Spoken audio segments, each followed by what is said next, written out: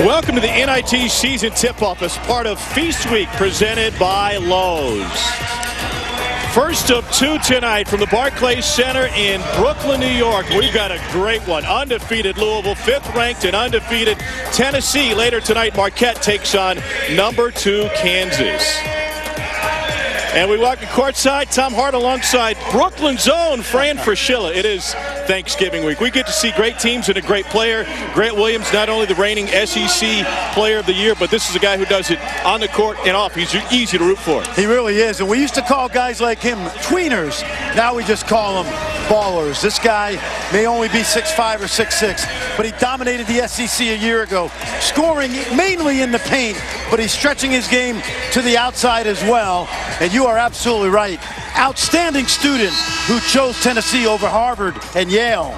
Tennessee, a team that gets it done on both ends of the floor, too. One of the best defensive teams in college basketball. Meanwhile, Louisville has hit the reset button on their basketball program in just about every way, and it's an opportunity for Chris Mack to mold this team under his own image. Well, he had great success at Xavier, and he didn't have to travel far. The recruiting geography is basically the same, and by the way, they have a tremendous class coming in next season. A top 10 class likely by the time all is said and done. Number 1 right now. He was a Skip Prosser disciple at both Wake and Xavier, then the head coach with the Musketeers. 8 NCAA tournaments over 9 years, including each of the last 5, and a number 1 seed for Xavier last season. 100 miles down the road to Louisville, taking over a program that was run by David Padgett last year, and they went 22-14 and middle of the pack of the ACC. Tip controlled by Christian Cunningham, and Louisville transfer point guard from Samford. Lots of 4-out, lots of pick and roll, and Stephen Enoch, the UConn transfer, is off to a good start to his career. And he gets an early touch, but too strong as his shot was challenged by Admiral Schofield. Throwback unis for Tennessee, but a consistent starting 5. Jordan Bowen will run the point. Grant Williams and Kyle Alexander inside. And Admiral Schofield misses with his first jumper. Both of these teams practice toughness. Both have said rebounding, inside play key tonight. 3-ball goes for Dwayne Sutton. That is his second 3 of the season only.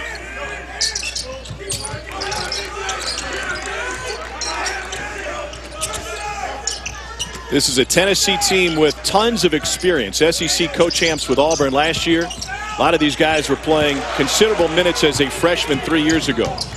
Cunningham on the way out. His is rejected. Bowden with the break block there.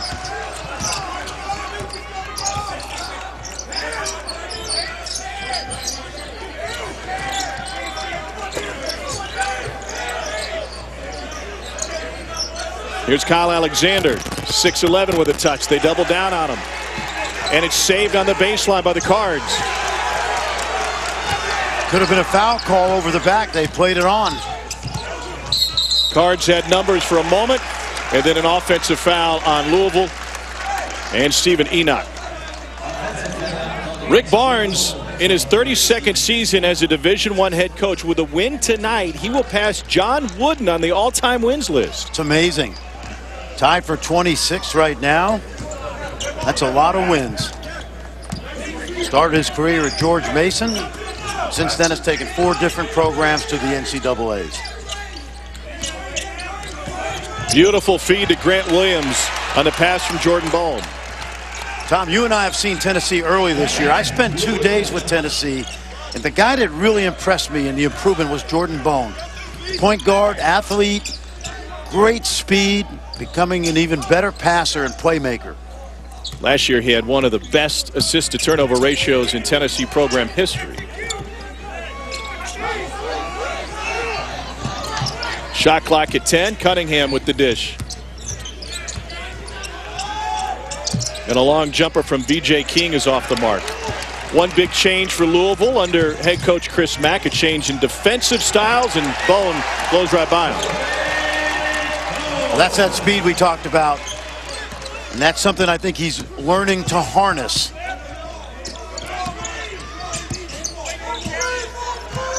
Louisville, through its first 3 games, is scoring nearly 92 points a game. Their success at getting to the free throw line is the secret. Here's VJ King. And he misses another jumper. Cards have started this game 1 for 5.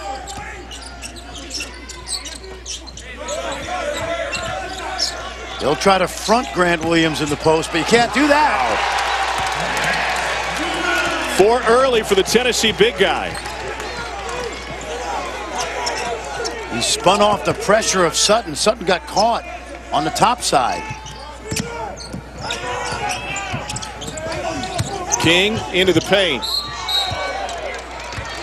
And he's able to draw a foul, and he'll have 2 shots coming. This is how you play undersized at 6'6". Great pass inside, good seal move, and then watch this spin move. He locates middle, and he sees that Sutton is on the top side, so the spin is there baseline. And that is a quick move by the junior from Charlotte, North Carolina. Here's VJ King at the free throw line, lone returning starter for this Louisville program. Fran, they lost about 2/3 of their offensive production from last year's team. And Ray Spalding off to the NBA, Dallas Mavericks. He's up and down, G League and the big club. I thought David Padgett did a really solid job last year. Had a chance to watch Louisville a number of different times and in the NIT. And the former Louisville Cardinal kept that program together.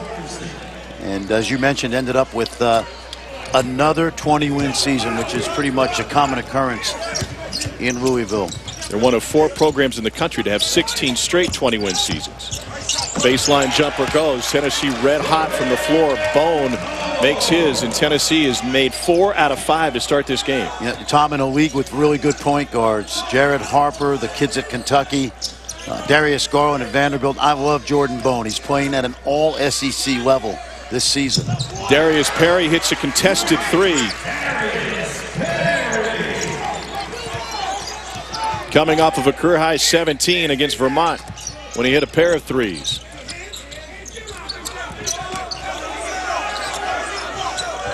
Schofield able to fit it inside to John Fulkerson. Fulkerson broke his nose last time out for Tennessee in the game against Georgia Tech, playing with a mask.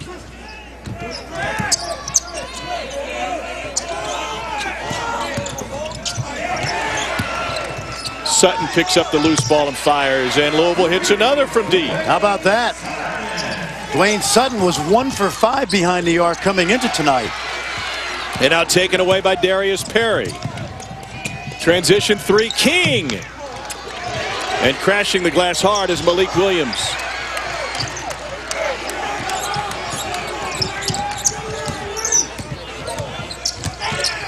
Bone able to hesitate and take it off the window. Right now, he's really hard to guard. He's having his way with Cunningham.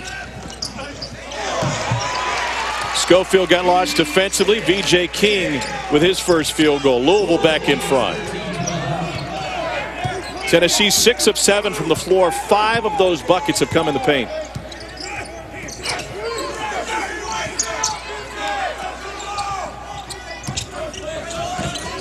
Into Fulkerson and a reach by Malik Williams. We're going to go back in time, and we're going to talk about a little bit New York basketball history. I have an expert sitting right next to me.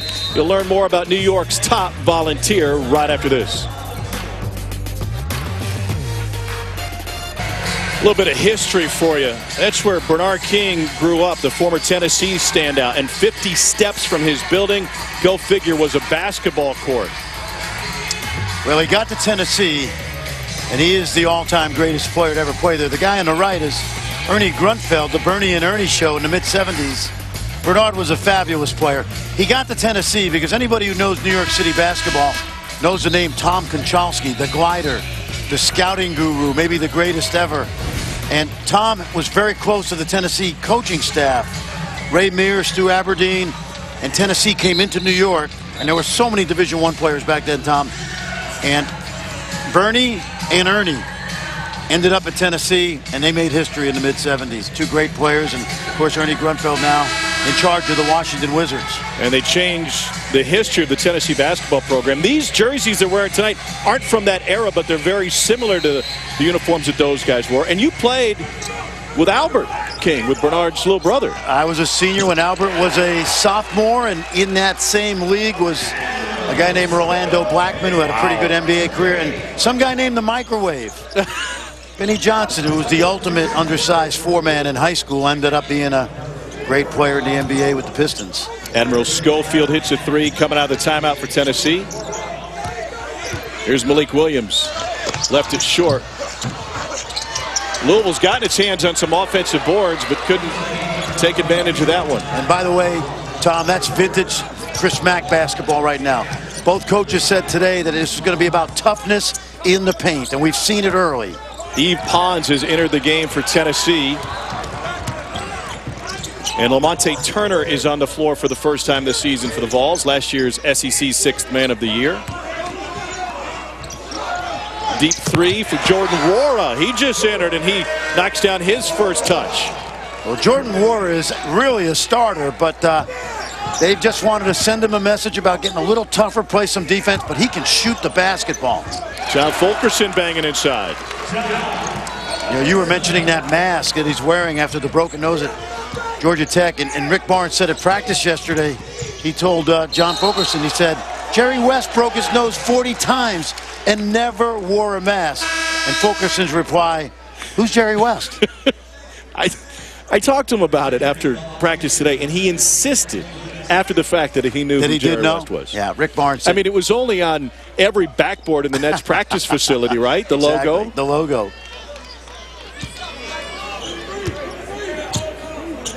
It's the second mask they've gone through for Fulkerson, trying to find one that fits him better. Pons dumps it into Grant Williams. And Williams just powers his way to the bucket. He's amazing. You mentioned SEC Player of the Year last year, in a year where Tennessee was picked at the bottom of the preseason rankings, and of course won the regular season title, tied with Auburn, but what a player. Great student, very thoughtful, great to talk to. Oh, fantastic. Knocks down the free throw. Tennessee is 9 of 10 from the floor to start this game.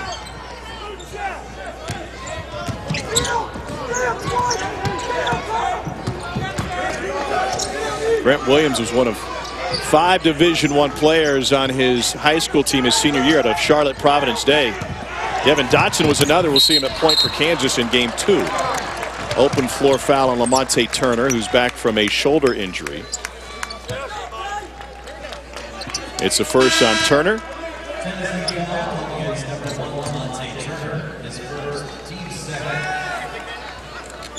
Second team foul on Tennessee. Vols lead by 4. We'll talk a little bit about how Louisville's going to look different defensively this year under Chris Mack. How are they going to look different offensively in Mack's first season? Lots of pick and rolls, a lot of spread court, but they're also going to bang the glass. It's something that was a trademark of Xavier. I know we keep mentioning the word toughness, but it's something when you talk to coaches about Chris Mack's teams that always comes up. Quan 4 from the corner, off the mark. Ryan McMahon now running the point for Louisville after entering off the bench. Turner to the right hand, blocked inside by Malik Williams.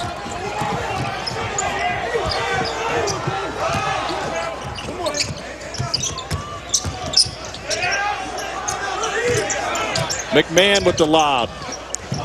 And Williams will go to the line.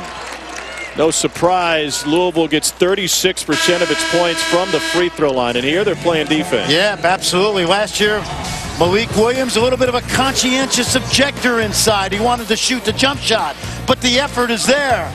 And that's a good sign if you're Chris Mack in the Cards.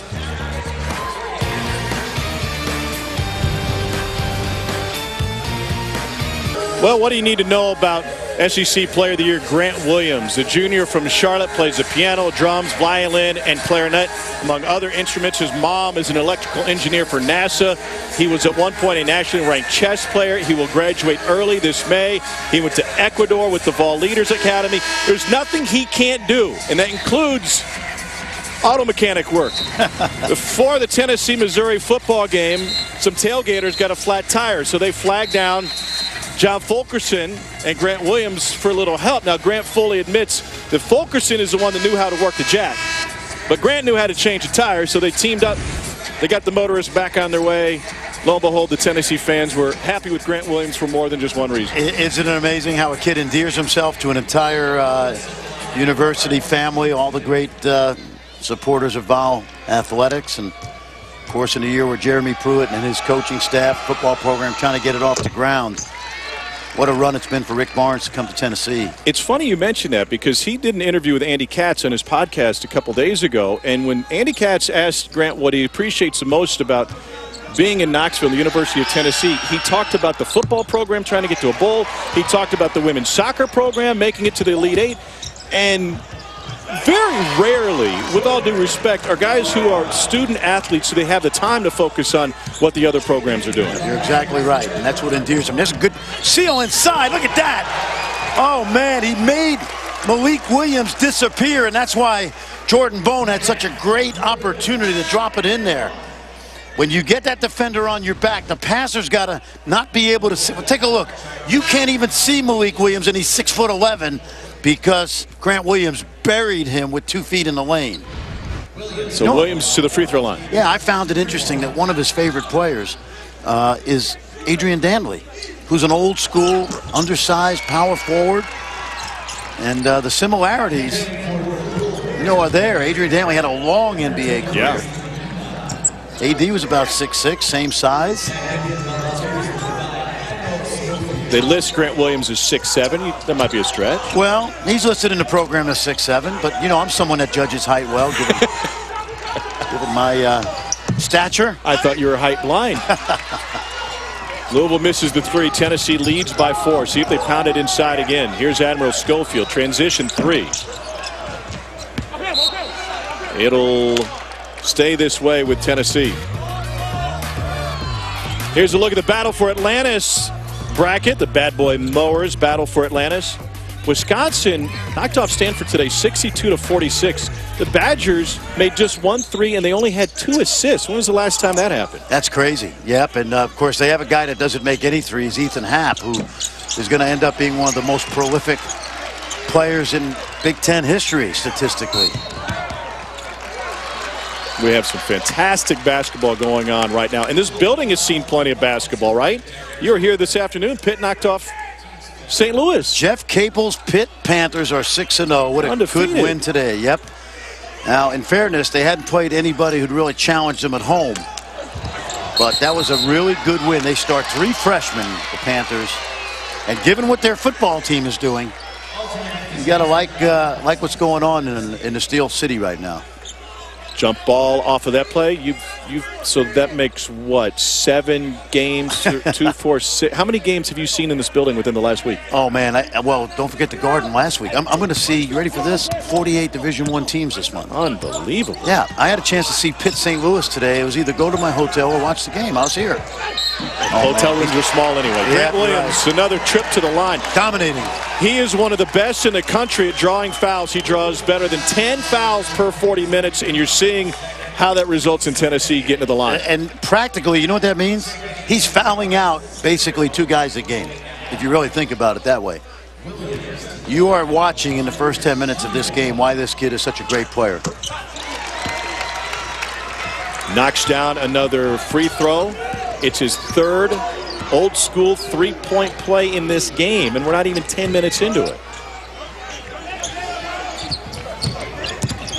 Darius Perry. Here's Quan 4. Tennessee 15th in the country in holding the opposition to just 53% shooting. And they'll get Kyle Alexander for a trip out front. It's his first. Watch this. Watch where Grant Williams starts right here, okay? He's going to start on the right side, right wing, and he's going to set a screen. Watch him come all the way across the lane.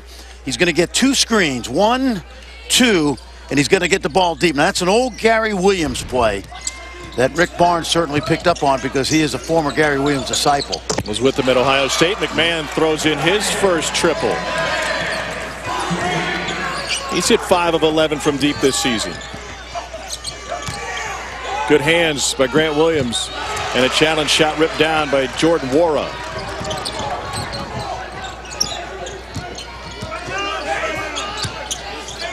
Okoye Agau backing his way in on Grant Williams, and one coming. A taste of his own medicine. That's a guy with a lot of stamps on that passport. Yep. Out of Omaha, started at Louisville, transferred to Georgetown. I saw him last year at SMU. Next thing I noticed, he's back home. And I asked him today, PhD, he said, I'm getting close. Because he's got the 6th year. A rare 6-year of eligibility. Yeah. He speaks Dinka, Arabic, and English. Look at where he's been. Louisville, then Georgetown, SMU, back to Louisville. He was a delightful kid. I talked to him last year because I live about a mile from SMU, and I said, he actually called me a couple times to figure out what his potential to play overseas was. Next thing I know, he gets a 6-year waiver from the NCAA, and he's back right where he started. Jordan Bone off the mark. Rebounded by Agau. He's born in South Sudan, then moved to Egypt as a child, and then stateside. Open floor jam. That one belongs to Wara, and Louisville comes roaring back to take a lead. Let's see if they can tighten up that half-court defense now. Cards on an 8-0 run. Here's Wara again, and he turned it over. Chris Mack's team, patient defensively, they'll run on offense. No, exactly right. Good rebound, rip and go. And that's a great up-the-court look by Perry, who gets it started. McMahon or Wara at the other end. 4 guys touch that ball. Once Agau grabbed that rebound. So under Rick Pitino, this was a very frenetic defense. Whether it was matchup or man, they played the passing lanes. They got after you. They took chances. Pack line defense is something different altogether for Louisville. Absolutely. They pack it in inside an imaginary 17-foot arc, which they use on their practice floor. Now, they haven't been real effective in the half-court defensively so far because the ball has gotten deep. But it is a change. It's been wildly successful.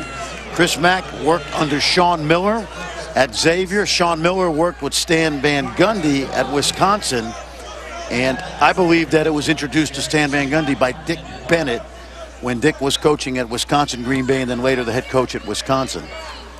But it's one of those defenses that takes away penetration, and theoretically, Tom, it should take away inside play, but that hasn't really been the case so far because Grant Williams has dominated the low post. What's interesting, though, is if you compare it to what Tony Bennett is doing at Virginia from an overall tempo standpoint, is Louisville wants to play pack line defense and therefore slow a lot of teams down as McMahon hits another 3, but they want to be up-tempo on the other end. Easy to do. It's just a matter of your offensive style, but the defensive philosophy is very similar. Schofield rises and knocks down a 3.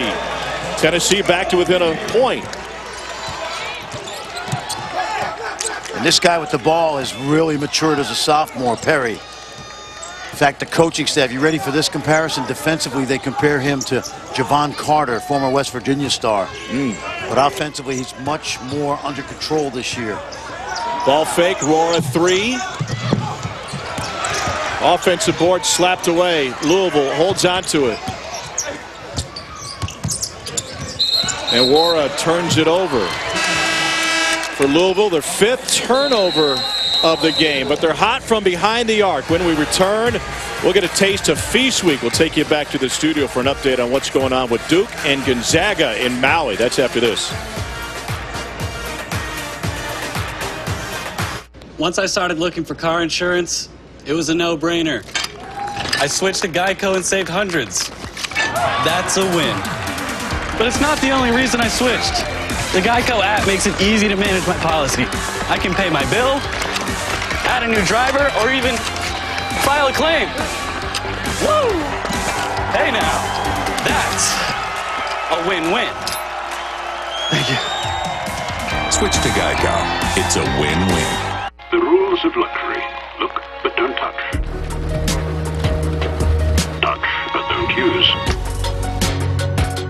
Use, but don't enjoy. Enjoy, but don't show it. If you're going to follow one rule, make sure it's this one. Luxury should be lived in. Now get a special winter bonus at the Infiniti Winter Sales Event. Infiniti. It's been over 95 years since my grandfather entered the Chevrolet business. Steve and I are proud of our son Ryan and son-in-law Andrew, who make the fourth generation.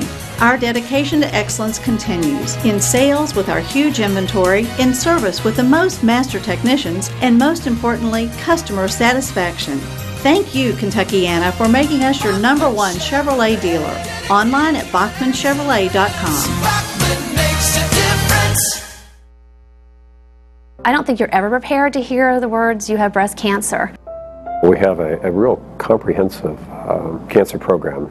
When a patient leaves, they feel very comfortable that they understand what we're going to be doing and how we're going to be following them. When I see that end, I know I will receive the best care. Whether it's your oncologist, the surgeon, the radiologist, I knew I was in good hands, and I knew everything would be okay.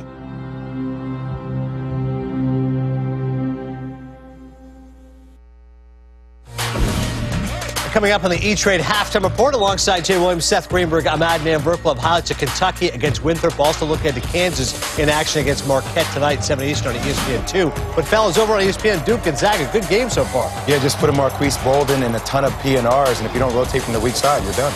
How about when you're Louisville? You go from matchup press and matchup zone to man-to-man, pack line. Big adjustment, Franny. What do you think? Big adjustment so far, Seth. Louisville's been more impressive on the offensive end. Up-tempo's been terrific. Tonight over on ESPN, we've got a Thanksgiving Eve NBA doubleheader. First, the Lakers square off with the Cavs, and then the Warriors host the Thunder. Coverage begins with NBA Countdown at 7 Eastern. You can always watch both live on the ESPN app from anywhere. Shouldn't Seth know better than to interrupt a promo? He should know better. But he doesn't. That's the point. He doesn't. You know what? Seth has been in that studio 21 hours a day since last week. Are they breaking rocks in there, or are they talking TV? He's wearing out the cafeteria staff. I know that. Here's Grant Williams. He's been wearing out Louisville, especially in the paint. He's got 15 here in the first half. We got to get an ancestry report on this guy. I mean, how did he's been that good? Not where I expected it to go. I had somebody just tweet me and say, hey, what's with all the love for Grant Williams? Next, we're going to get an ancestry report. We're working on that right now, as soon as you spit in a cup and send it away, yeah. We'll know. Dwayne Sutton with his third three.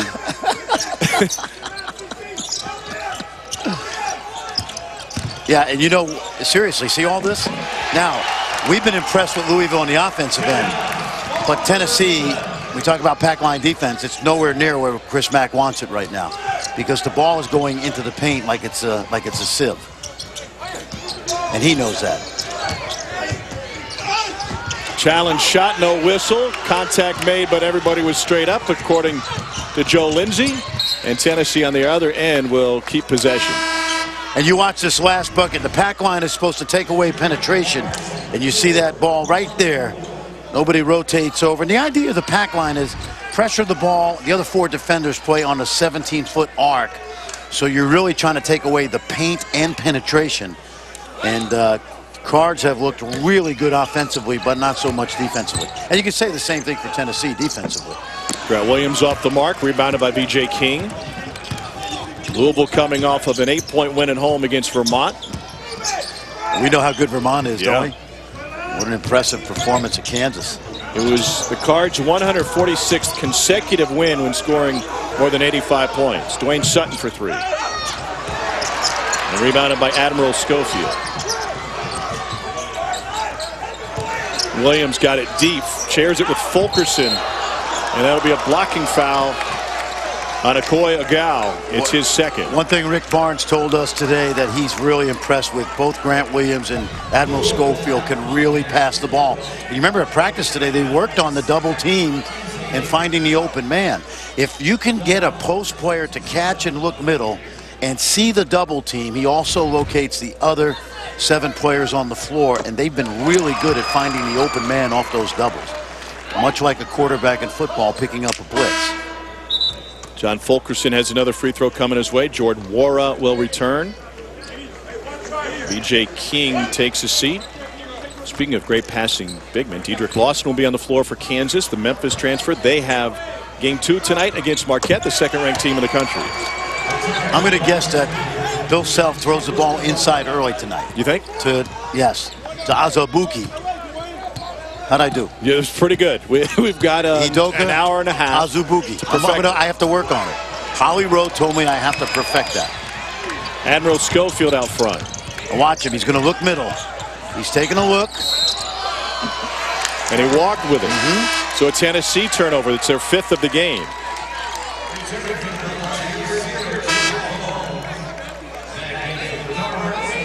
Now, he's an equally impressive guy to talk to as is Grant Williams. Two guys that are extremely popular on that Tennessee campus. What great facilities they have. The Tennessee locker room is as good as I've seen. They've got video games. I learned how to play golf about a month ago with Rick Barnes. On the simulator? Yeah, the simulator golf. They've got one in their locker room. No wonder Rick Barnes has his office in the practice facility instead of in the athletic department building. He did that at Texas. He had this beautiful palatial office in the University of Texas football stadium, and he spent all his time in the practice facility, and he wants to be close to his guys. I had the good fortune of working for this guy for 3 years at Providence, and he's come a long way as a coach. He really has. He's had an incredible career. Fulkerson gets fouled on the drive. That will be on Rora, or pardon me. It's on Dwayne Sutton. That's his second. Yeah, Rick Barnes, just a terrific guy. You know, Dickie Simpkins, who we helped coach at Providence College, he was the AAU coach. As you see, Rick Barnes is going to catch his mentor, one of his mentors, Gary Williams, here shortly. Dickie Simpkins and Rick Barnes had a little bit of a frosty relationship after he played at Providence. It took a while to when you don't talk for 10 years, it's more than frosty. Yeah. It's okay. Arctic. Yes. Yeah. And they patched it up, and they're close today. And Dickie scouts in the NBA, and he's a tremendous guy. But with Admiral Schofield, when they went through the coaching change, good pass right there. And Donnie Tyndall was let go. Schofield had committed to Tennessee. Dickie Simpkins said, "You need to play for this man." And Admiral Schofield has had a great career. Now this is good basketball. This is old school Chris Mack, Louisville basketball. Watch this slip. Come act like you're setting the screen, but it's really what we call a ghost screen, an invisible screen. Look, doesn't even get anybody. Rolls to the basket, and Fulkerson gets caught watching that paint dry. We have clock issues here. It stopped for no reason. 5:13 left here in the first half. What a game this has been. Back and forth. Louisville has hit big threes to close the gap. They're 7 for 14 from 3. And over their first 3 games, and I understand that the competition was not quite at this level, but they had really made their living at the free throw line. Maybe a better shooting team than they showed early in the season. It's amazing. 42 free throw attempts a game, and that's #1 in the country in terms of their percentage of free throw attempts to field goal attempts. And this guy, Chris Mack, what a job he's doing. He's got people in Louisville excited. He's accessible. He shows up at Roosters. Everybody goes crazy. He's got a terrific recruiting class coming in. An incredible recruiting class. Yeah. And I think once you put it in context of what this program has been through, and you know how harsh it can be in the recruiting world. You look at the clock issue, and we'll get it timed up perfectly. To consider the fact that right now they have the #1 recruiting class in the country. More signees are going to come in for other schools. They'll probably end up in the top 10. That is really, really impressive. Yeah, it really is. It just shows you the confidence these kids have in what's in the Louisville future. You know, I had spent a lot of time in that city. Did some NIT games last year. And incredible arena. Maybe the best arena in college basketball. Certainly in the top 3. Great tradition. Great fan base. And a no-brainer for Chris. It's also his wife's hometown, so he's very comfortable in that city, and I think he, more than anybody who they were talking to, knows about the incredible tradition that this program has had through the years. They had a great turnout for their Cards Live downtown Louisville on a Friday night football weekend to get everybody fired up about the team. They'd never done it before. And they had like almost 8,000 people to come out and see a basketball court that had been thrown up in the street with a dunk contest, three-point contest. And Chris Mack, I think he appeals to people because he's a real guy. He's absolutely. a real genuine person. Well, you know what? Listen, we know Rick Pitino is a great basketball coach and did a great job at Louisville, and then obviously the NCAA issues, some of the off-the-court stuff. But, you know, to many, Rick was that guy that was up in that palace that you wouldn't see much around town or interact with him. And John Calipari is a guy that knows the Commonwealth better than anybody and has that personality to touch Wildcat fans. Well, that's what Chris Mack is doing. Different way of doing it than the Hall of Famer Rick Pitino. Two great coaches, but Chris Mack certainly off to a great start. One thing I loved about their shoot-around this morning is the entire team, having bought in, would repeat every call. So there's 5 guys on the floor, and there's another 9 guys standing on the baseline. Schofield for 3. And he gets another one. It's a third triple for Admiral Schofield. But if Chris Mack said, let's run zipper, the point guard would say zipper, and everybody on the baseline would repeat zipper. Culture. It's culture. It's how we're going to do it every single day, every minute of the day. And here's what we're going to do to build a winning program. 21 of the Cards' 35 points to start this game have come from deep. Meanwhile, 22 of Tennessee's 39 have come in the paint.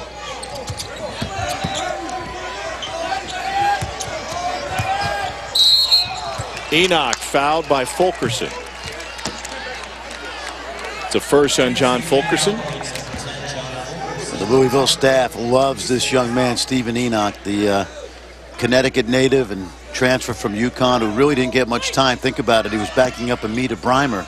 Oh, there, sneaky. Can't do that. You got to see ball and man. Jordan Bone with his first. He fell for it. Take a watch. Take a look. Jordan Bone not paying attention. And, Darius Perry's going to get a couple free throws. Perry, sophomore out of Marietta, Georgia, right outside of Atlanta. He's not going to shoot 74% from the field this year, but he is a much different player than a year ago. I loved his energy. I loved his defense. Last year he was like a punt returner. He'd run a couple back. He'd fumble a couple. Yeah. But high energy, and again, a compliment when you're compared defensively to Javon Carter. I've got a motto for him of what his coaches want. Do simple better. Yeah. Do simple better. Hit singles and doubles. Yeah. Yeah. Don't swing for the fences. Grant Williams went down, takes a look at the official on the baseline, didn't get the call. Bone trying to shake, and a baseline drive turns into an offensive foul. Quickly, Jordan Bone has 2. Another good example right there. Darius Perry, he's legally guarding him. Watch him now. He's allowed to move. He's allowed to move sideways and backwards. And, you know, in the old days, the fans would say, defender was moving. Well, that is legal, and that is a charge, and that is Darius Perry. So much to be thankful for, including all of the basketball coming your way on Feast Week. Here's what the bracket looks like at the Advocare Invitational. Penny Hardaway's got it rolling on the recruiting trail. His Memphis Tigers match up with Oklahoma State. LSU's a ranked program. Florida State takes on UAB later tonight. You know where I'm going to be tomorrow at 1:30? You're going to be in Orlando. I'm going to be in Orlando watching I'm not working. That's Dickie V's, baby. I'm just going down as a fan, hanging out for a couple days and watching a great tournament. Some really good teams. Florida State, LSU. Both of those teams are loaded. So we have so much to be thankful for, right? Yes. All of us do, especially the fact that we get to cover college basketball. One of the things that makes it easier for us to do is all the help we get from the sports information directors. Well, Tennessee's SID, Tom Setkoviak, is especially thankful here this Thanksgiving week. There's a look at Tom. He's been with Rick Barnes his entire time in Tennessee. Tom just had a liver transplant. He was on the waiting list for 4 years and 2 months, and he got a call the day of SEC Media Day from Vanderbilt University Hospital, and they said, we have your liver. You've got 6 hours to get here if you want to accept it. Called up Coach Barnes. Bag is packed. Off he went. So he and his wife, Brooke, have been through so much, and as soon as he could, he returned to work.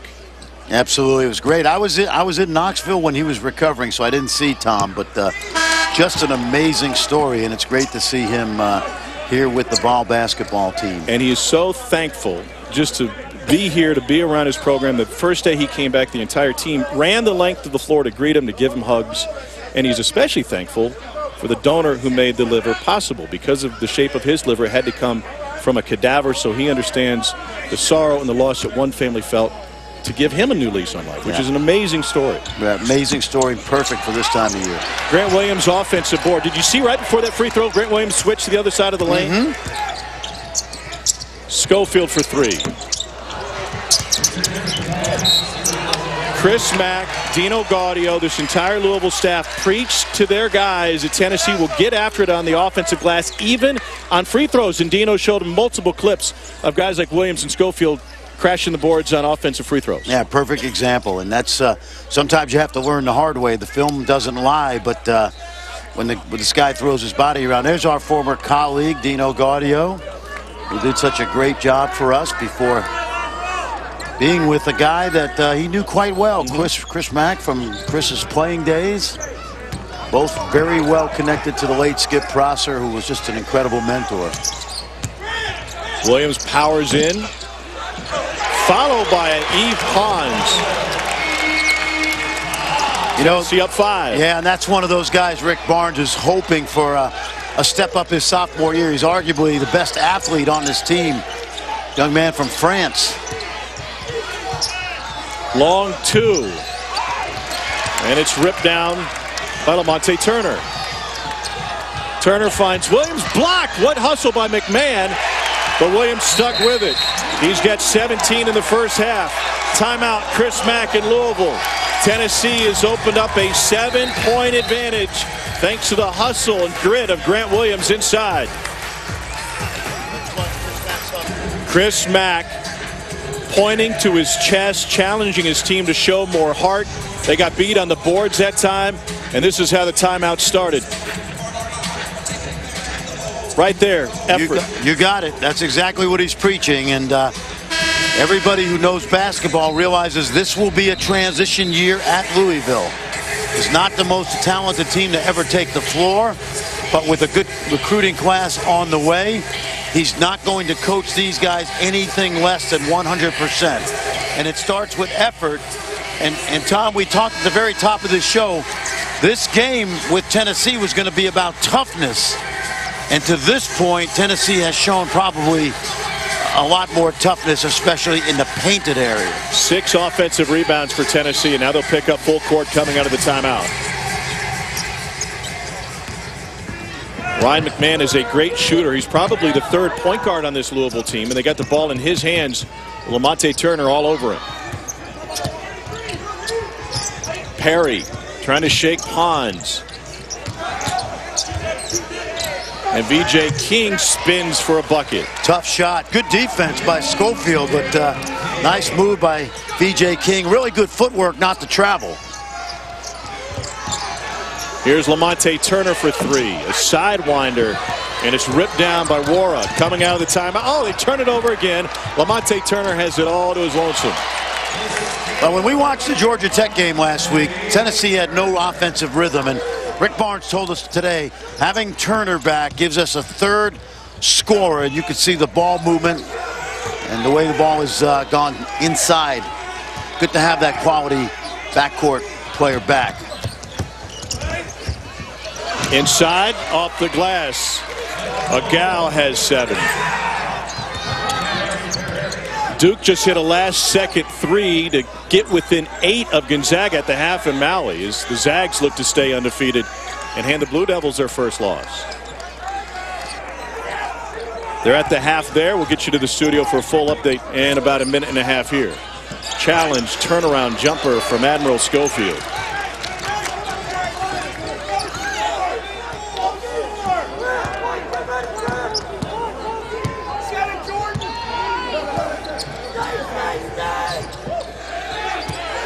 Wara, challenge 3. And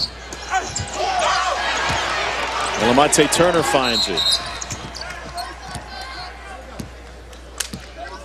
And we'll get a Tennessee timeout with just under a minute to go. So last year, Lamonte Turner was the SEC co-6th man of the year. Shared it with Jonte Porter of Missouri. And he missed the first 3 games of this season for Tennessee, out with shoulder tendonitis. What kind of difference does he make to this Tennessee team? He makes a huge difference, and Rick Barnes is very understanding of the shoulder surgery because Rick Barnes suffered from a torn labrum a couple of years ago, And so he's quite aware of the recovery time. But this guy's made his impact early. They were going to win the first 3 games. And Rick Barnes told us that we want to make sure he's 100% because he's so important to us. And although he was a 6th man of the year, he's really a starter because he gives you double-figure points, defense, and tonight he's making his presence felt. Plenty of minutes for Lamonte Turner tonight for Tennessee. On the other side, Louisville has made 7 threes. More than half of their field goal attempts have been from behind the arc. Is that who they want to be, or is that who Tennessee's forcing them? Well, I think that's who they're going to have to be because except for Enoch, they really don't have any inside scoring. But we know Warren, McMahon, those guys can really make shots. So, especially when you run spread pick and roll, if you can get your point guard to play downhill, it's going to open up those 3-point opportunities. See where the Cards go to here. Touch for Agal. Looking to go to McMahon. And Wara for 3. 1 shot time right here for Tennessee, and that's exactly what Rick Barnes said. About a second difference between the game clock and the shot clock.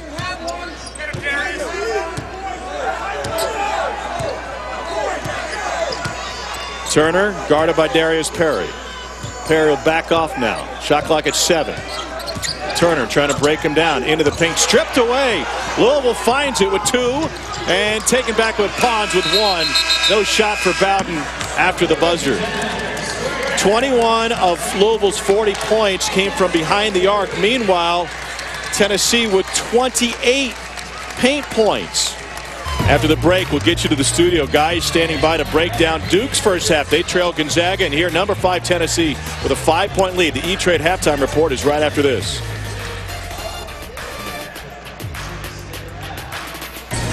Welcome back to the NIT season tip-off, part of Feast Week, presented by Lowe's. A couple top 5 teams in action tonight here in Brooklyn. The Barclays Center, 5th-ranked Tennessee leads Louisville by 5 at the half. We'll see number 2 Kansas match up with Marquette a little bit later. Welcome you back courtside. Tom Hart alongside Fran Fraschilla. I guess we shouldn't be surprised. Louisville's success has come from behind the arc, and Tennessee's has been the power ball in the paint. Absolutely. We highlighted Grant Williams, the SEC Player of the Year, and he's not disappointed anybody. He is a monster inside, and he's only 6'7", maybe 6'6". But let's take a look. Tennessee going inside early, and it has been the Grant Williams show inside. Good ball movement inside as well, and then you got to protect the paint off the dribble, and something Louisville has not done to this point, yet they're still hanging around. And Chris Mack, Dino Gaudio, and the coaching staff talked to us today about the toughness box. They put this line down in their practice facility, and it's about who dominates this part of the court. So you can bet, Tom, that was addressed in the Cardinal locker room at halftime. So I'm anxious to see what kind of adjustment Louisville makes, especially in terms of guarding Grant Williams. Grant Williams has 17 in the first half. 14 of those 17 have come in the paint. The other 3 points have come at the free throw line on 3-point play. So Chris Mack looking at Jordan Wara and the guys inside to toughen it up defensively. Meanwhile, 7 makes from behind the arc, 7 inside the arc for Louisville. 21 of their 40 have come from 3-point land. I always like to see what happens the first 3 minutes of the second half, because both coaches are making adjustments. Both coaches are talking about things like playing tougher, harder. And here's one adjustment. Rick Barnes comes out in a 2-3 zone. First time we've seen it tonight. Louisville probably not expecting that. Let's see what they do. Haven't seen that very much this season from Tennessee, and it'll be Akoya Gao going to the free throw line. Let me tell you what Louisville did a great job of right there. They recognized the zone defense immediately. They ran a set play so expertly. They got the ball deep to Akoya, and he got himself to the line. Oftentimes you see a team, right, looking around, what do we run, what is that defense, and they knew exactly what they needed to do and where the ball needed to go. You mentioned all the stickers on Agao's suitcase earlier. Here's a guy that has 4 stops at 3 different schools, one of only 2 active players in college basketball that can say that. Mike Gilmore is the other. He went from VCU to Miami to Florida Gulf Coast, back to VCU, and they were here in this building last night. Sure were, and Mike is like the big brother to those young VCU Rams. So impressive last night. Heartbreaking loss. Nice execution Admiral Schofield is as good a passer as Rick Barnes has on that team. Jordan Bowden with his first bucket of the night. Schofield came in tonight, 15 assists in 3 games. Yeah, 5 assists a game. My math is really good because I traveled with my abacus. You must have gone. Did you go to Missouri? I did, but don't say that during game 2, okay? We don't need the Kansas folks to know that. You're right about that. Back into Agal. Shot clock is at 3. They double with a dig. Agal forces his way up, and Louisville can't find the offensive rebound, so they're getting it where they want it.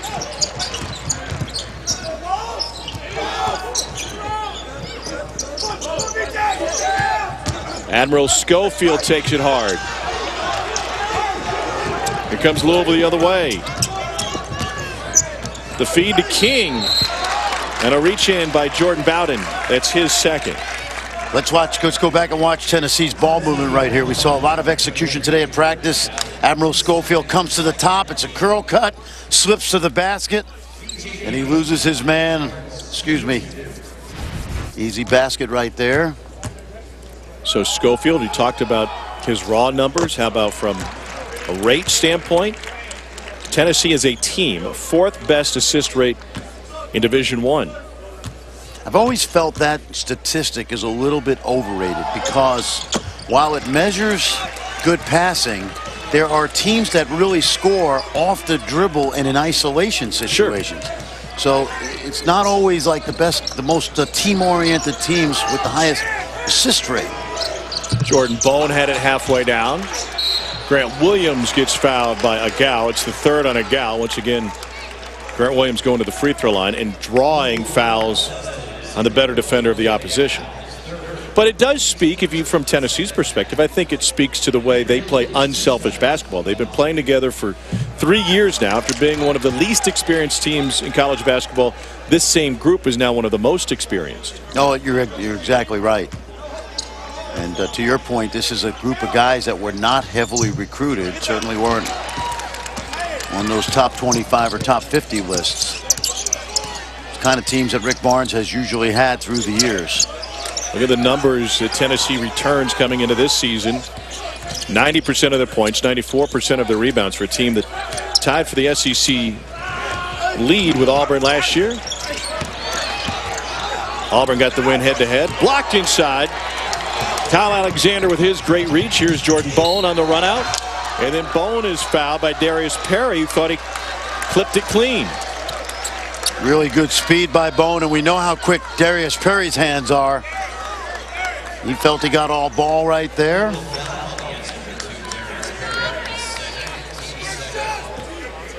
So it puts Jordan Bone at the free throw line. His brother Josh was on Tennessee's Elite 8 team back in 2010. I spent some time in Tennessee this fall. Did a clinic in Chattanooga, was in Nashville, Knoxville, and Ensworth. That's one of those private schools, right? Yeah. Plays against McCallie and Baylor. And wait a second. How am I doing? You're doing really good, but yeah. It's not enough just to be at all the college practices. Now you're doing we know you're an international hoops guru too, and now you're dipping into the prep ranks. You know, where does it end? It doesn't. It's a lot of useless information, Tom Hart.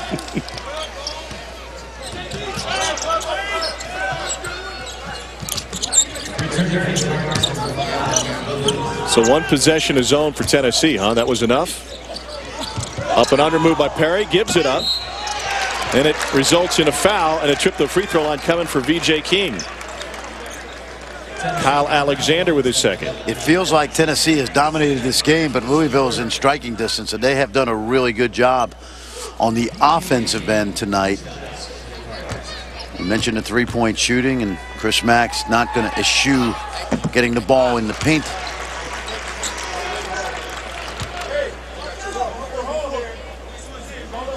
Another free throw coming for VJ King, junior from Cleveland. Donald's All-American in high school. Yeah, and I don't think that helped him coming into Louisville, to be honest with you. And not to say he didn't deserve it, but I felt like there was way too much pressure on him to be a one-and-done type player, and that's not who he is. Great penetration by Bone. Alexander got his hands on it. And a loose ball. That's going to be a foul on Dwayne Sutton. Third personal foul on Dwayne Sutton. Well, Chris Mack and his entire coaching staff hitting the recruiting trail hard. Here's where they rank according to the ESPN 106 top 100 commits right now. That's best in the country. That's in front of Kentucky, Arizona, Villanova. You know, in my mind, none of those kids are one-and-done guys, and I think that's really good because unless one or two of them play really well as freshmen, it's a group that Louisville can grow with over the next 3 or 4 years. Malik Williams with his third. Agau has 3. Enoch has 3. Sutton has 3. Chris Mack's team in early foul trouble here in the second half. And does it kind of fit the mode of the kind of play that Chris Mack was recruiting at Xavier?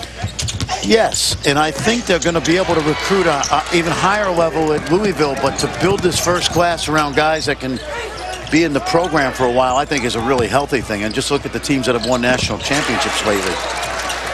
Villanova, North Carolina. Yeah.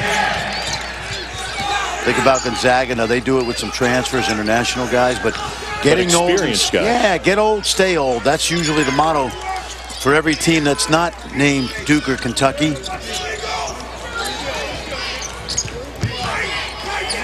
Grant Williams matching up with Malik Williams. Alexander on the glass. Here's Schofield for 3. Admiral Schofield with his 4th 3. Good challenge there defensively, too, by V.J. King. Schofield just hit a tough shot. Schofield had 3 threes on the season coming in. 4 tonight. And an answer from Christian Cunningham. Louisville pulls to within 2 again, but they haven't been able to close the gap. Chris Mack uses a timeout. The Cards staying in this thanks to the long ball. Carson Cunningham, the Samford transfer, back home in the Commonwealth.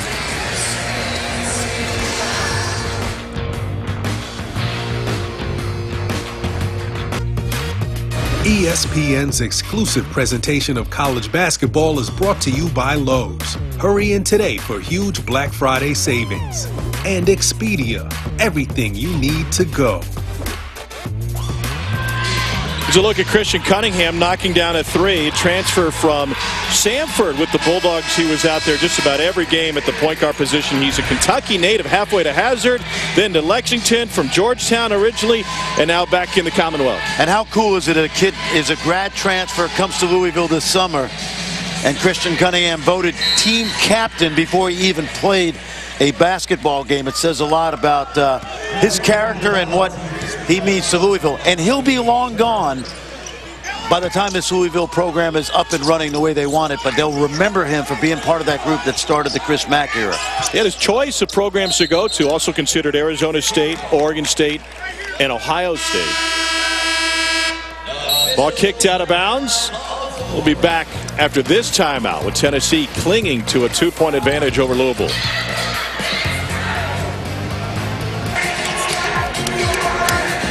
Feast week rolls on. We're at the Barclays Center in Brooklyn. Meanwhile, warm weather down Paradise Island. Battle for Atlantis, bad boy mowers. Here's what happened today. Oklahoma beat Florida 65-60. Wisconsin blew out Jared Hash and Stanford. Meanwhile, later tonight, Middle Tennessee meets up with Virginia. Here's a look at the preseason media poll. All that young talent for Duke had them number 1. Virginia 2. North Carolina 3. I have a feeling that might be a free-for-all among the top 3. I think Virginia's the best team in the ACC. I really do. They got 3 guys. They're not going to be the first 3 picks in the NBA draft, but they have 3 guys who all would be in consideration for ACC Player of the Year. You look at that backcourt, and of course, Hunter back now, and adding Braxton Key, and the fact that Virginia, when healthy, has really dominated the regular season of the ACC the last 3 or 4 years. By the way, Gonzaga with an 11-point lead over Duke right now. Malik Williams just picked up his 4th. And he's got a limp to go with it, and he will shuffle his way back to the Louisville bench. I will say this about Malik Williams. He's only a sophomore, young man out of Fort Wayne, and I've been impressed tonight with how hard he's played. Admiral Schofield, another triple chance.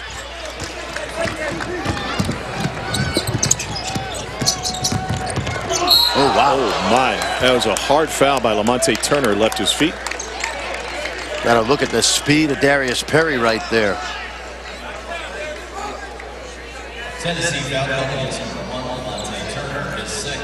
So Darius Perry to the free throw line. Talking about Louisville Live, the kickoff of the season that they had downtown Louisville. He won the dunk contest, and he did it, Fran, wearing a Darrell Griffith jersey. Dr. Dunkenstein. Smart man. Knows how to get to the hearts of Card fans. Doctors of dunk, and watch his speed. There's just attacks the basket. And Turner can't do anything about it.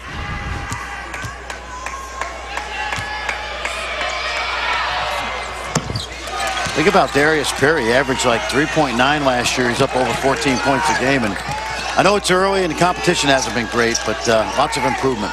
Oh, nice cut. Nice cut. Good screen inside. They got Fulkerson open. And John Fulkerson, the redshirt sophomore, quietly has had a really good night. He is an energy guy. Fulkerson has had to battle his way through injuries a couple of times as a volunteer. He got to a great start in Maui as a freshman. Watch this little back screen. Watch Fulkerson now. Ball goes to the wing. Set a back screen on Enoch. Oh, he's done. No help. Screener's man protects the lane right there, Ford. That's what you got to do. So if you're the screener's man, you back off and you make sure you protect the lane. There's a run out. Bowden with the slam, and Tennessee is up by 4. Louisville pushing back the other way. Wara took a bump from Fulkerson. It's a second on Fulkerson. That call was made by Jeff Clark, who once upon a time ago was an outstanding player in the city of brotherly love. We were talking to Franny McCaffrey last week, who was known as White Magic. He played a lot of basketball with this guy.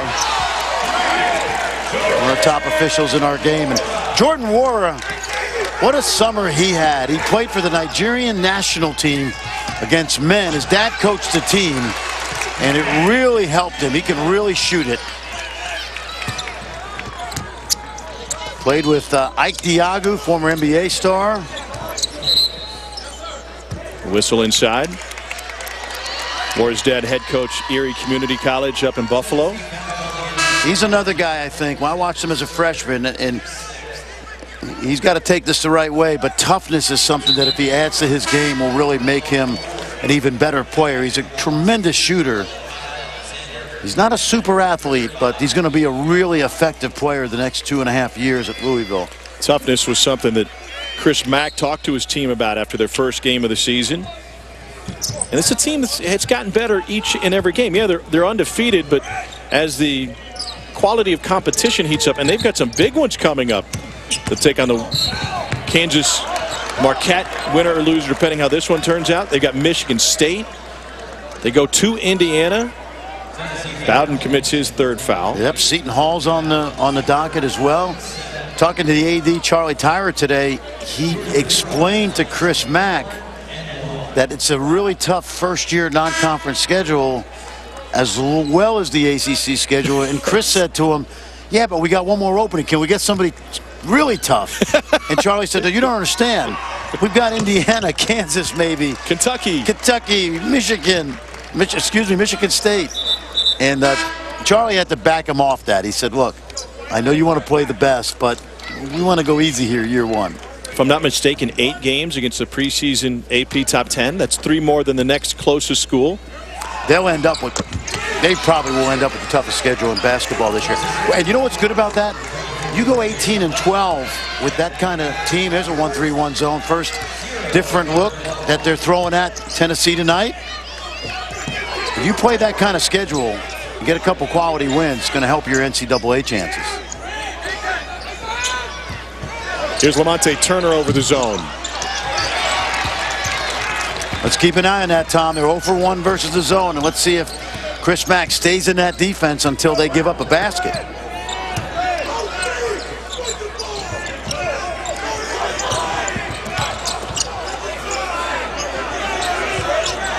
Enoch working with a turnaround jumper over Alexander, side of the backboard.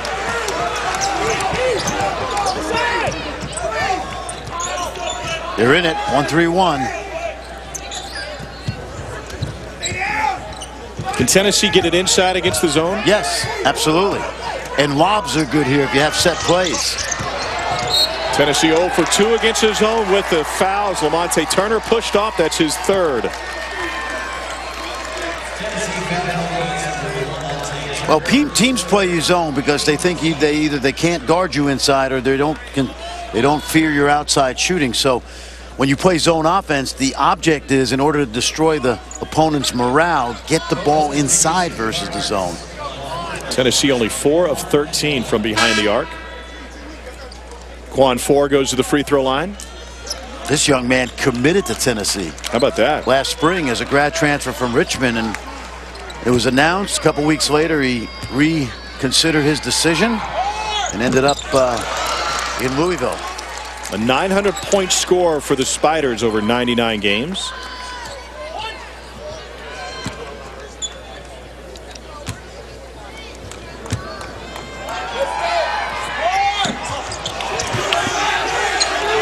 We are tied at 58. There's that zone again. Got to get 3 to the baseline versus a 1-3-1. You can't be afraid to throw the lob, and they had it. Baseline jumper again. This one goes for Alexander.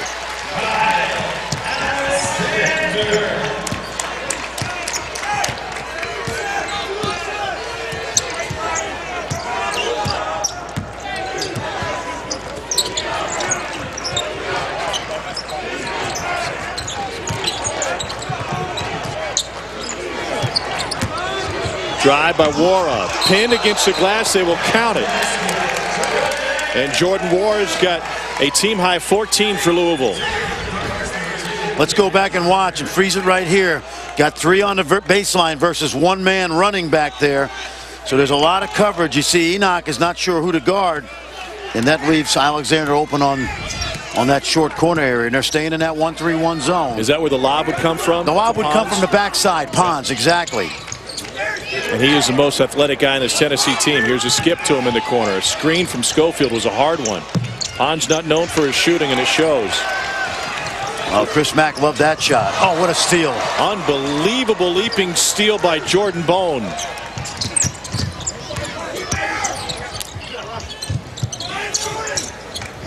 Schofield shares it. Corner 3, Turner. Got it. Good swing. Excellent swing. And that's why Schofield averages 5 assists a game. Got it into the middle of the heart of that defense. Skipped it to the other side. Hard to guard 50 feet of court space if you're a defensive team in a zone. This is fun, and Louisville has been impressive. 3-ball fading. Goes! Big triple for Wara. He's got 17. Louisville's tied it again.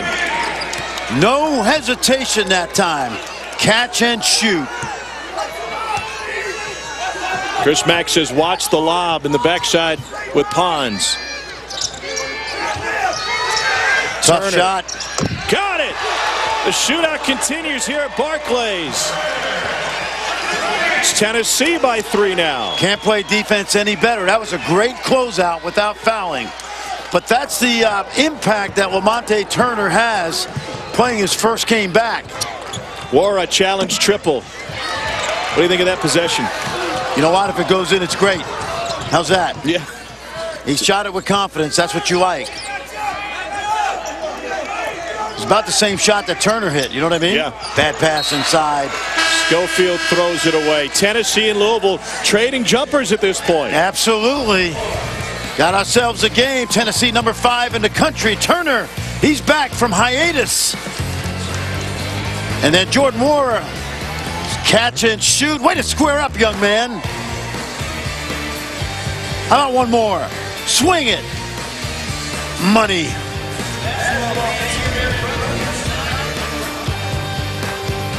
Don't say it. Don't you say it, Sam. All right.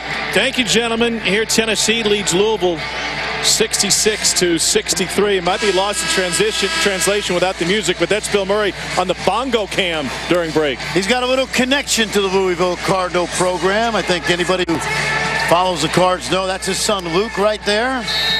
2007 graduate of Fairfield University. He's been at places like Rhode Island with Danny Hurley, Xavier with Chris Mack, and outstanding young coach, great recruiter, good basketball coach, and Dad's proud, I know that.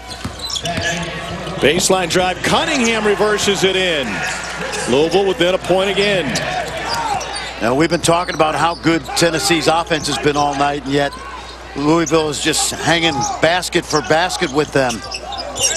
3 ball, halfway home and out. Both Volunteers go down. Grant Williams and Kyle Alexander knocked heads on the rebound. Now, this is a new rule this year, and the first thing, let's make sure that these guys are okay. In the past, Tom, on a play like this, the officials would not blow the whistle when Louisville came up with the ball. But in the case where a player may be incapacitated, the officials this year can rule the play dead.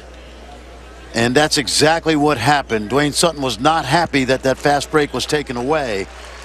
But it's really simple because it becomes a player safety rule. Louisville would have had 5-on-3 on one side, but if there's another turnover, you get 2 guys down on the court if the ball comes back. Well, no doubt about that, but you also, regardless of the fast break that Louisville may have, you don't want a player down on the floor. It's a player safety issue. Yeah. Especially those that might need medical attention. So Alexander and Williams, after colliding, this looked really ugly too. Sure did. Right side of your screen, right in the lane. Right there.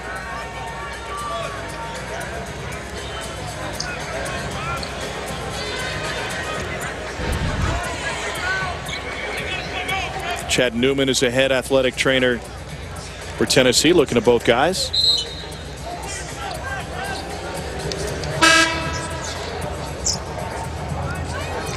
Good piece of officiating right there.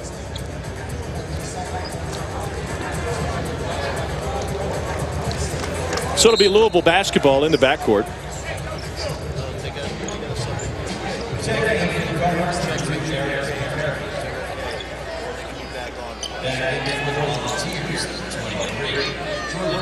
No timeout there.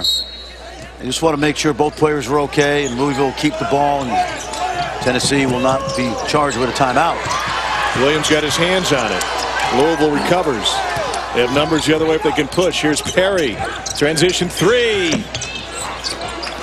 And Louisville still hasn't led since this was a 33-31 Cards game in the first half. Alexander now. He got deep.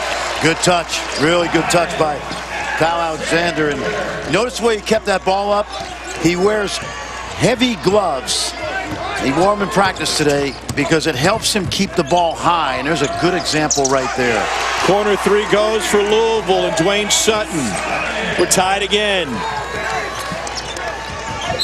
Yeah, weighted gloves for Alexander because Rick Barnes was all over him for bringing the ball down and then not finishing his form. And you'll love this right here if I'm Rick Barnes. I love this right here. Watch how high he gets on that. That's the kind of elevation they're talking about with him. He's not their main scorer, but the senior is a talented player in the post. Williams back out to Bone for 3. Seems every time Tennessee has needed a big shot, they've gotten it.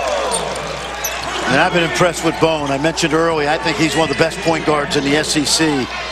The junior keeps getting better every year. This is a work-oriented team, a gym rat team. They live in that gym. High off the glass. Follow touch. Agau's got another bucket thanks to the offensive board.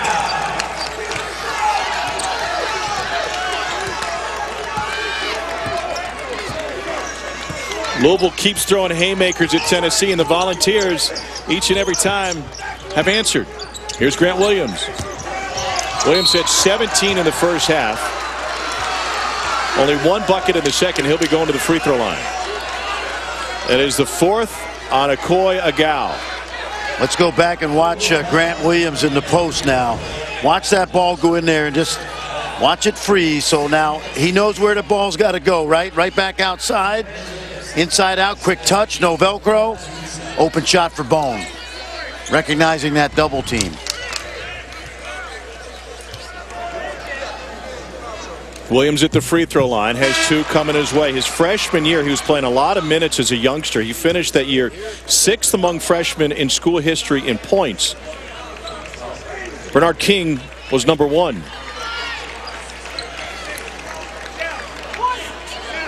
Effective first half. They've locked him down in the first 12 minutes of the second half. So we used to call guys like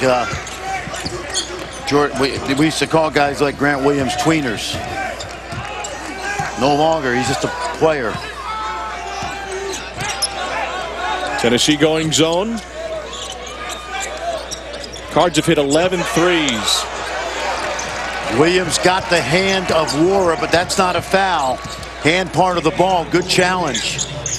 Ball came up short for that reason. Wara pushes Williams out.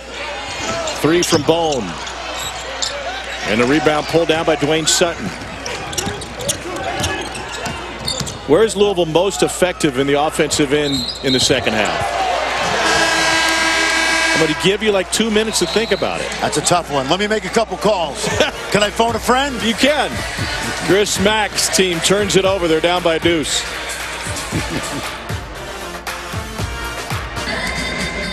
Tom Hart alongside Fran Fraschilla. Fran, you don't have to phone a friend because you texted these 2 guys. Rob Lanier, assistant for Tennessee on the left. Dino Gaudio, assistant for Louisville on the right. You asked them keys to the game. They both responded with the exact same answer. What was it? It was toughness. I texted both at about 7 a.m. this morning. I said, give me a key to the game. Within 5 minutes, they each texted me back. Dino Gaudio said, it's a toughness game. And Rob Lanier, same thing. We got to be tougher. And that's been the case. And to your point about Louisville's offense, 45% from 3, 45% from 2, 80% from the line. And they're doing something that most teams don't do against Tennessee. That score points in bunches. Tennessee has given up on average 53 points a game through their first 3. Okay. Enoch commits his 4th personal. That will be an issue for Louisville going forward as Kyle Alexander will try to finish it off from the line. Yeah, we've got 8 minutes to go in this game, and you're talking about a Louisville team that's already got 70 points, so it hasn't been the offensive end. In fact, they've had great balance of scoring inside and out. Half their field goals from 3, half from 2, and 19 free throws.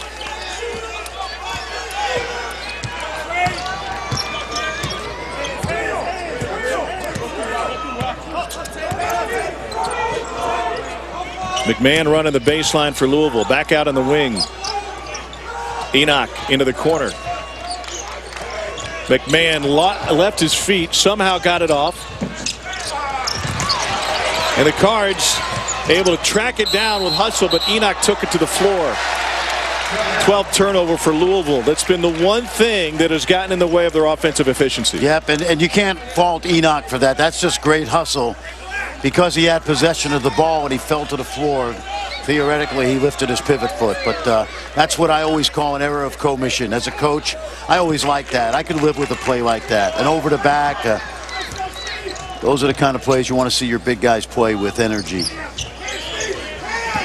Off the curl at Schofield from 8 feet. Wow, great execution. Great set. That time it was Williams for Schofield. McMahon fired it early. And a foul on Louisville on the rebound, and Chris Mack just got teed up.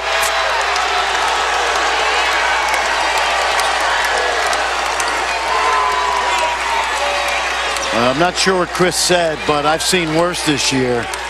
And obviously he said something that got under the skin of the official because that was a quick whistle in a close game.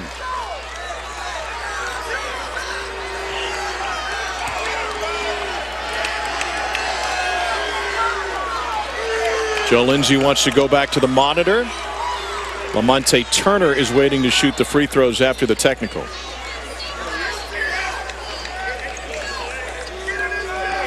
Turner was an 88% free throw shooter last year.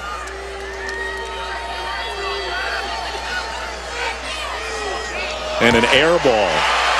That's his first free throw attempt of this season. And not an ideal way to get started from the line.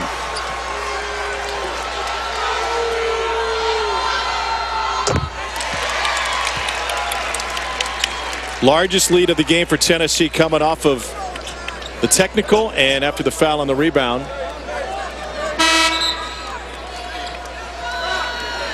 It'll be Tennessee basketball.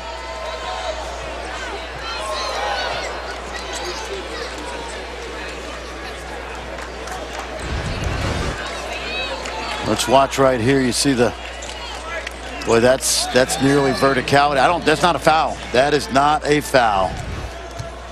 That's verticality, Holmes. It was the fourth on Sutton. And then Chris Mack. Now, quickly. In the eyes of the official, he got the call right as far as the foul.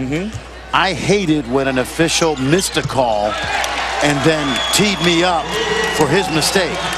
And in my opinion right there, if he knew it was a mistake, and I don't think it was a foul, I thought it was a great play, a verticality play, official needs to let the coach go a little bit. Now, he might have used a magic word, but...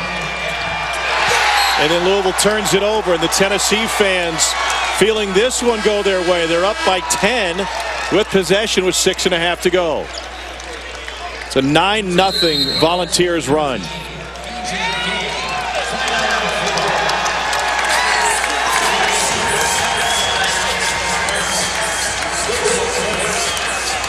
Frustrating sequence for Chris Mack in Louisville.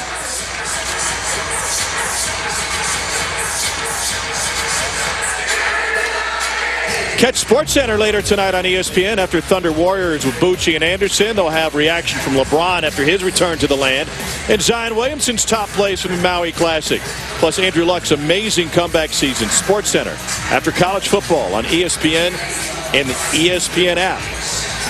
Duke down 6 with about 5.5 to go down in Maui. I believe their weather is a little bit nicer than ours. It will be the coldest Thanksgiving in New York since 1910. Wow.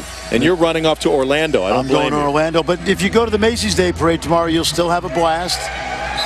Bundle up. Yeah, hope you have thick socks. Yep. And a lot of hot chocolate. Yep, that'll help. Here's a look at what we have going on here at Barclays, including Kansas coming up next against Marquette. Chris Mack just shaking his head. It's a bad call. Marquette and Kansas will tip off about 20 minutes after we finish here. Then Championship Friday, championship game at 9 o'clock Eastern on ESPN2. Well, through no fault of their own, Kansas was bumped from #1 to #2 after champions. And it was based on the impact of that Duke win over Kentucky. And good chance if Duke drops this game to Gonzaga, Kansas has a chance to be back to #1. And Turner for 3. And he's back. Yes. He is back, and now you know why Rick Barnes not only needed him back in the lineup, but rested him in those first 3 games that were all games that the Vols were heavily favored in. McMahon was challenged on his 3. 6 minutes to go, and Tennessee in control. Now, wait a second, though. You say that Kansas could move back up to #1. Only if they win this tournament. Yeah, if they win. But if Gonzaga wins Maui, there's going to be a lot of folks voting Gonzaga #1 if they're able to take down Duke. And the best team in the country might be Virginia. What a start to the season. Here's King, and he threw it away. Another Louisville turnover. Well, this is as good a ball movement as I've seen from Tennessee tonight. They have been absolutely terrific at the way this ball has hummed. And you know what's great about the way they move the ball? Oftentimes, the catalyst is Schofield or Williams, and those 2 guys are thought of as brute forces, but both are skilled players. 14 Louisville turnovers, Fran. Tennessee has scored 21 points off those turnovers. I'm going to have to think about what you said, because there's no question that Gonzaga is going to get a lot of credit for this win. That's why I like working with you. Yeah. Here's Schofield inside. He's got 18. Yeah, and how about Tennessee? Rick Barnes' teams have always been tough, gritty, defense-oriented, but they've got scoring in this starting lineup, that's for sure. I was talking to Bill Self this afternoon at their practice over at St. Francis, and talking about the field and who they might match up with. He said, I told our coaches I'd love for us to play Tennessee, because that, just like the 2 assistants texted you, that's a toughness game, and it's a great barometer to see where our program is from a toughness perspective. Without a question, and Bill Self has never shied away from playing those kind of games in the preseason. Schofield went down, and he's trying to rub out a cramp, it looks like. Tennessee's made 8 of its last 10 shots. If you look at the Kansas non-conference schedule, they not only play in this tournament and have already obviously played Michigan State, but the teams that they've played, like Louisiana, Lafayette, and Wofford, and certainly Villanova, Arizona State, they've got to go to a place that those guys beat them at home. Those are teams that are going to be highly thought of in their conferences, and certainly will help their net. Is that it? Yeah, the net, right? Net. We're going to teach you guys all basketball season what the net is. Just forget about the RPI. We've got new initials. It actually spells out a word, and we got all season to dive into. We do. It's too early for the net. Too early. Too early. It's like these preseason polls, which mean absolutely nothing. Well, they sell magazines, right? They do. They do. I buy them.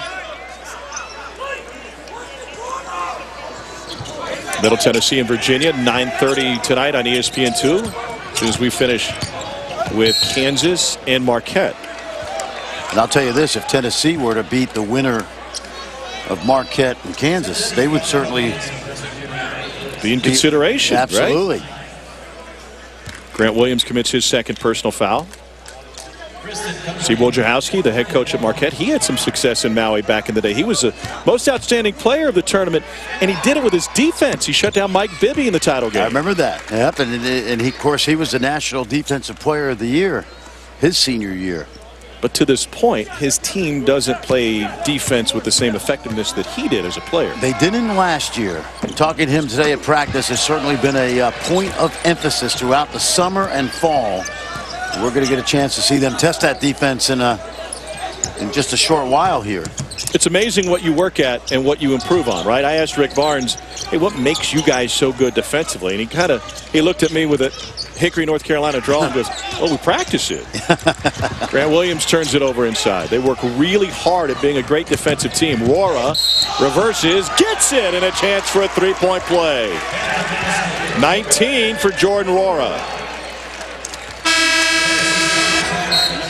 Fourth personal foul on Lamonte Turner. Chilly here in New York, red hot in Maui, including those Blue Devils. Are they on the comeback trail? We'll update you from the studio right after this.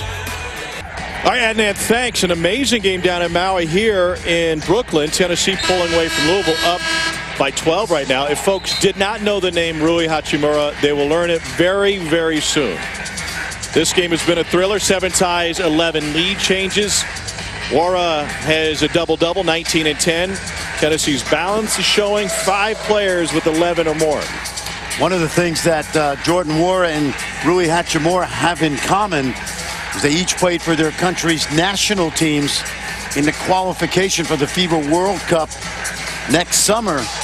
Nigeria, I believe, has already qualified, and Japan should qualify. They really turned it on when Rui played for them. And when I was out at Zag's practice for 2 or 3 days in October, Mark Few told me that they were thrilled with the progress he made because he was a go-to guy for the Japanese national team. Much more aggressive than he is when he first showed up at campus. Oh, first year was about learning the language. Forget learning basketball. Year 2 last year was about basketball. This year it's about becoming a star.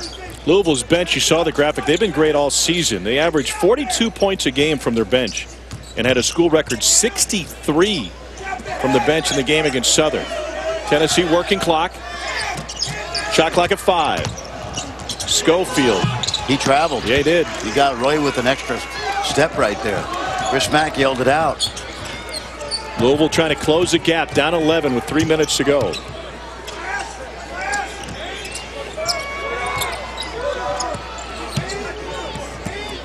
To the high post, Sutton. And he chased it down but committed a foul. And that's going to be it for Dwayne Sutton.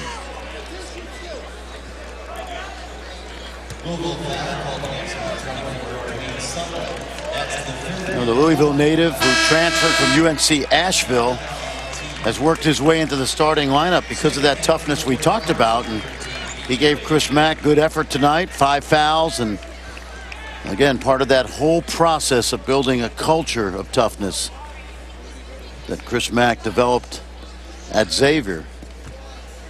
12 points, 5 boards for Sutton. And as we know, it wasn't just Chris Mack at Xavier. It was Sean Miller, and it was Thad Matta, and it was Skip Prosser and Pete Gillen, and it's a great program they've had, and Chris Mack certainly left his mark on that program. All-time winningest coach, past Gillen. Grant Williams goes 2 for 2 from the line. He's got 22. I think Grant Williams set the tone tonight early. Yes, 17 in the first half. Yep, he sure did. Little inside action. That's how you score against the zone. And there's where you don't need to shoot a jump shot. If you can get the ball inside like that easily, that's good offensive basketball versus the zone. Tennessee solves the Louisville pressure. Don't forget Marquette and second-ranked Kansas. We'll follow this one about 20 minutes after we finish here, right here on ESPN2. LeGerald Vick has been red hot for Kansas over the last 2 games. Shot clock winding down. Williams, a blind shot off the window. I have no idea how he made that shot. He looked like a contortionist at a carnival. He does everything. Plays the piano, changes tires, hits blind shots. Darius Perry with 8 now. One of my favorite Spinner songs, Rubber Band Man. Oh, yeah. Watch this. Watch him turn. I mean, that's ridiculous how he did that. Ball went behind the back and lost it. And timeout taken by Grant Williams. He is smart. That was a heady play. 11-point lead for Tennessee with 1:47 to go here. Shortly after we're finished, Kansas and Marquette will take the floor. The Jayhawks on another Big 12 title last year. Went back to the Final Four, and Bill Self has shuffled things around.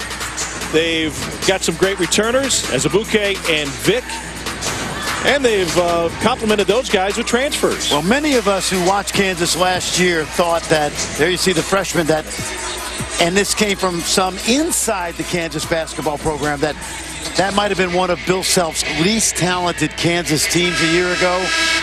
And, of course, they shot it so well. They played the small ball and got to the Final Four, knocking off Duke. This team reminds me of a vintage Kansas team. Size inside. I can almost guarantee you Doak Azubuike is going to get that ball early and often. They've got precocious guard play. And then how about with Gerald Vick?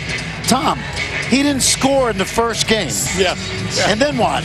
And then career highs each of the next 2, including 8 for 8. A school record for threes without a miss against Vermont. Then he had 33 against Louisville. He hit 7 threes in that game. Remember that Vermont game? Because I don't think he hit the rim on any of those threes that night. And he could have had the NCAA record if his shoes were like a half size smaller, because 2 of his 2s were with the toes on the line. Admiral Schofield's got 20. He is combined with Grant Williams, who has 24.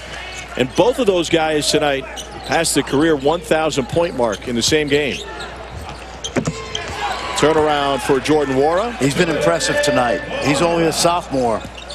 There's some good pieces here to go along with that top recruiting class. What does tonight's game show you about how Louisville will match up with folks in the ACC with this kind of effort? They're going to have to make shots from behind the arc. I didn't see any inside offense tonight other than some of those tricky plays that Chris Mack ran. Their defense obviously has to improve. And listen, at home they're going to be tough. They're going to win some games they're not supposed to. But the kind of schedule they're playing is going to be a bear, and they have to show some quick improvement, I think, on the defensive end. And they'll get that chance on Friday night. Thanksgiving tomorrow for these teams with a day off, and then next stop in the bracket, Marquette or Kansas.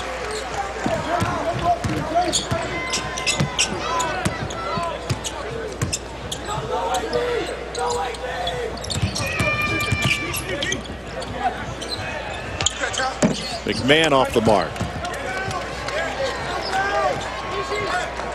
Under a minute to go in Maui. Gonzaga clinging to a 2-point lead against #1 Duke. That's over on ESPN. Here, Tennessee putting the finishing touches on Louisville. Volunteers are going to go to 4-0. They'll await the winner of Marquette and Kansas.